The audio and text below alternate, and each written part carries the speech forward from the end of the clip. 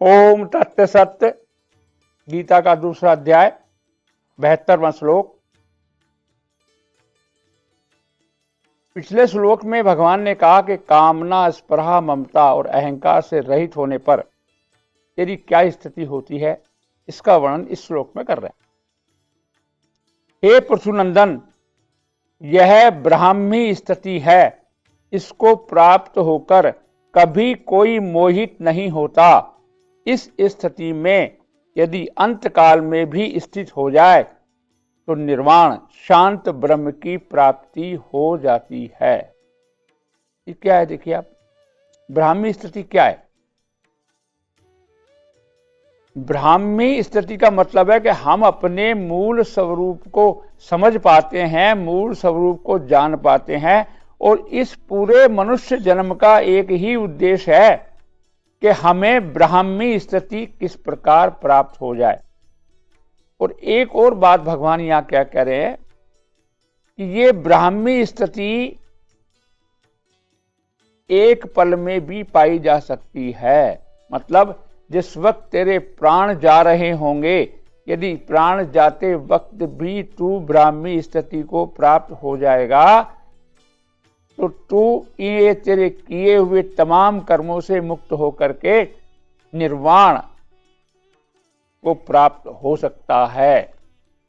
भगवान कितनी बढ़िया बात बता रहे हैं कि अहंकार के मिटने से ब्राह्मी स्थिति बन जाती है, ब्रह्म को प्राप्त हो जाता है। क्यों? समझिए आप कि शरीर की संरचना को जब हमने वर्णन किया था पहले कि शरीर का हमारा निर्माण कैसे होता है, आत्मा रूपी जो ब्रह्म है वो प्रकृति के शरीर में जब स्थापित होता है तो सबसे पहले प्रकृति आती है। प्रकृति के बाद में महतत्व आता है, महतत्व के बाद में अहंकार आता है, अहंकार के बाद में मन आता है, मन के बाद 5 तन्मात्राएं आती हैं, 5 तन्मात्राओं के 5 बाद ज्ञानेंद्रियां आती हैं, और 5 ज्ञानेंद्रियों के बाद 5 कर्मेंद्रियां आती हैं, और फिर 5 महाभूत आता है। मतलब अहंकार यदि तेरा समाप्त हो गया तो जो पूरी प्रकृति में तेरा जन्म लेने का जो कारण है वो कारण ही मिट जाता है। और जब तेरा कारण ही मिट जाता है तो तेरे को ब्रह्म की प्राप्ति सहज रूप से हो जाती है। और ये कब होगी? जब तेरे अहंकार, मतलब जब कामना, स्पृहा, ममता से तू रहित हो पाएगा तो तू अहंता तक पहुंच पाएगा। और जो अहंता में तूने माना हुआ है, वहां तेरी अहंता में जो तू मूल स्वरूप में ब्रह्म है उसका तुझे एहसास हो जाएगा। और इस स्थिति में क्या होगा कि इसको स्थिति को क्या बोलेंगे? ब्राह्मी स्थिति।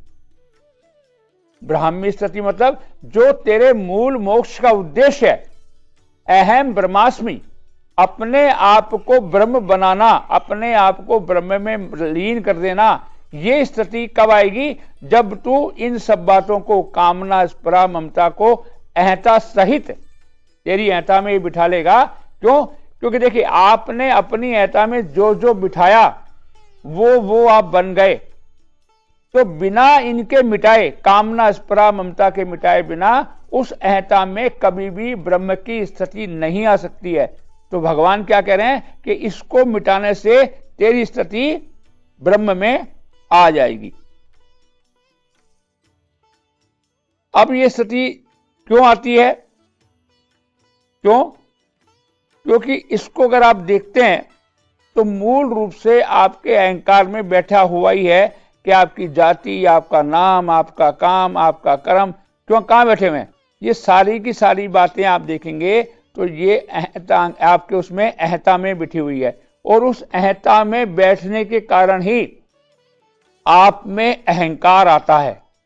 और उस अहंकार को मिटाने की जो विधि है उसका नाम योग है। कर्म योग, ज्ञान योग, भक्ति योग। किसी भी योग के द्वारा, किसी भी योग के द्वारा, किसी भी विधि के द्वारा उस अहंकार में बिठाई हुई कामना, स्पृहा और ममता का यदि आप हटा सकते हैं, विनाश कर सकते हैं, तो ही अपनी स्थिति को प्राप्त कर सकते हैं। तो भगवान ने क्या कहा 31वें श्लोक तक कि जो तू इनको हटाएगा उसमें ही तू अपने आप को जान पाएगा। देखिए दो बातें हैं, योग से क्या होता है, एक होता है सीखना और एक होता है जानना। एक होता है सीखना और एक होता है जानना। आपने किताब पढ़ी, सीख लिया, मेरी योगा क्लास में आए, सामने बैठे, किया कुछ नहीं, सुनते रहे, सीख लिया, हाँ सीख गए, लेकिन जाना क्या? सीखा है, जाना नहीं है। जाना कब होगा? जब उसको आप प्रैक्टिकल करेंगे और आपके अनुभव में आएगा, और जो आपके अनुभव में आएगा वही स्मृति कहलाती है, और जानी हुई बात ही स्मृति में जाती है, सीखी हुई बात स्मृति में नहीं जाती।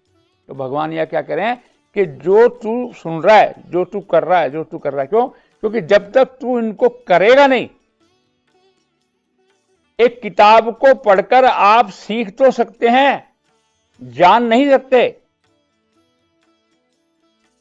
पंडित तो बन सकते हैं, ज्ञानी नहीं हो सकते। खूब किताबों का अध्ययन कर लिया, चारों वेद पढ़ लिए, 18 पुराण पढ़ लिए, सारी संहिताएं पढ़ ली, सारे उपनिषद पढ़ लिए, वेद वेदांत पढ़ लिए, सांख्य योग पढ़ लिया, न्याय वैशेषिक पढ़ लिया, सब पढ़ लिया, जाना नहीं, सीखा है। जानने के लिए तो आपको योग पर आना ही पड़ेगा, चाहे आप कर्म योग से करें, चाहे आप ज्ञान योग से करें, चाहे आप भक्ति योग से करें, क्योंकि जब तक वो बात आपकी स्मृति में नहीं आएगी। स्मृति किसको बोलते हैं? जो बात आपके अनुभव में आएगी वही स्मृति में होगी। बिना उसको जाने, सीखने से आप सीख करके पंडित तो हो जाएंगे, बड़े बड़े भाषण भी प्रेम से दे लेंगे, लेकिन अनुभव के नाम पर आपके पास में कुछ नहीं होगा। अनुभव में आपको योग यात्रा में करना ही पड़ेगा। तो भगवान ने क्या कहा कि चाहे तू कर्म योग से समझ, और चाहे तू सांख्य योग से समझ, और चाहे तू भक्ति योग से समझ, समझ करके कर, और जब तू करेगा तो ही तेरा जानना बन पाएगा, वरना ये किताब पढ़ करके सीखना ही हो पाएगा। और बिना जाने तेरी ये स्थिति आ नहीं सकती। जब तक तू जानेगा नहीं तब तक तेरे को ब्राह्मी स्थिति प्राप्त नहीं होगी, और ब्राह्मी स्थिति प्राप्त नहीं होगी तो जो मोक्ष का साधन है, जो निर्वाण का साधन है, वो कभी भी नहीं होगा। कितना ही पढ़ ले, कितनी किताबों का अध्ययन कर ले, कितने ही गुरुओं की बात को सुन ले, कितने ही विद्वान बन जाओ, लेकिन जब तक आप उसको प्रैक्टिकल करोगे नहीं तब तक वो आपके अनुभव का हिस्सा नहीं बनेगी, और जब तक अनुभव का हिस्सा नहीं बनेगी तब तक उस बात को आप जान ही नहीं पाएंगे। उदाहरण के लिए, आपने एक चाय बनाने के ऊपर एक किताब बनाई और पढ़ी कि चाय कैसे बनती है। आपने सीखा चाय ऐसे बनती है, ऐसे बनती है, ऐसे बनती है, ऐसे बनती है। चाय सीख तो लिया, बनाई नहीं है अभी। बना के टेस्ट कैसा होगा पता नहीं है। तो भैया खाली सीखने से काम नहीं पड़ेगा। गीता कहती है कि भैया सीखी हुई बात को जानना भी पड़ेगा। बिना जाने, बिना अनुभव किए ब्राह्मी स्थिति को प्राप्त नहीं हो सकते हैं। ब्राह्मी स्थिति आप और समझिए। आप सांसारिक दृष्टि से आपसे बात करते हैं कि किसी भी काम को प्रैक्टिकल अंजाम देने के लिए जब तक आपका उसका अनुभव नहीं है तब तक आप उस अंजाम को पूर्ण रूप से अंजाम नहीं दे सकते। उदाहरण के लिए कार चलाना। कार चलाने के बारे में मैंने आपको समझा दिया कि भाई कार ऐसे चलती है, ये ब्रेक होता है, ये हैंडल होता है, थोड़ी तो आपने पूरी कर ली और समझ भी लिया, तो क्या आप कार चला लेंगे? नहीं चला पाएंगे। तैरना, पानी में तैरना, पानी में तैरने के लिए मैंने आपको समझाया कि आपको ऐसे कपड़ा पहनना है, ऐसे हाथ चलाने हैं, ऐसे ये करना है, ऐसे वो करना है, सब कुछ सीख लिया। लेकिन जैसे ही पानी में धक्का दूंगा तब पता चलेगा कि आपको तैरना आता है या नहीं आता है। तो भगवान क्या कह रहे हैं कि भैया इन किताबों के अध्ययन के साथ साथ जब तक तेरा अनुभव पूर्ण कब होगा, जब तेरे को इसका अनुभव होगा। जब तक तू इस काम को करेगा नहीं, तेरा अनुभव नहीं बनेगा। तो भगवान ने क्या कहा, जब तक इनको त्याग के तेरी अहंता में मैं नहीं, तू मेरे को बिठाएगा, परमात्मा को नहीं बिठाएगा, जब तक तेरा प्रैक्टिकल अनुभव नहीं होगा, तब तक तेरे को ब्राह्मी स्थिति प्राप्त नहीं होगी। अच्छा, एक और बात है, भगवान ने एक और अच्छी बात कही कि आखिरी पल में भी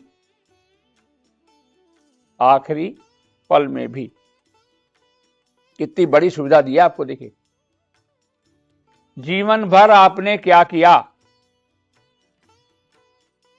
कोई फर्क नहीं पड़ा। आखिरी प्राण में, आखिरी स्थिति में भी यदि आपको ब्राह्मी स्थिति प्राप्त हो गई, मतलब परमात्मा की तरफ ध्यान चला गया, तो आपके किए हुए पूरे जो पहले आपने जो काम किए थे वो सारे माफ हो गए। मरते वक्त भी यदि आपने परमात्मा का ध्यान कर लिया और परमात्मा में हो गए, तो निश्चित तौर से आपको उसका कल्याण हो जाएगा। ओम तत्सत।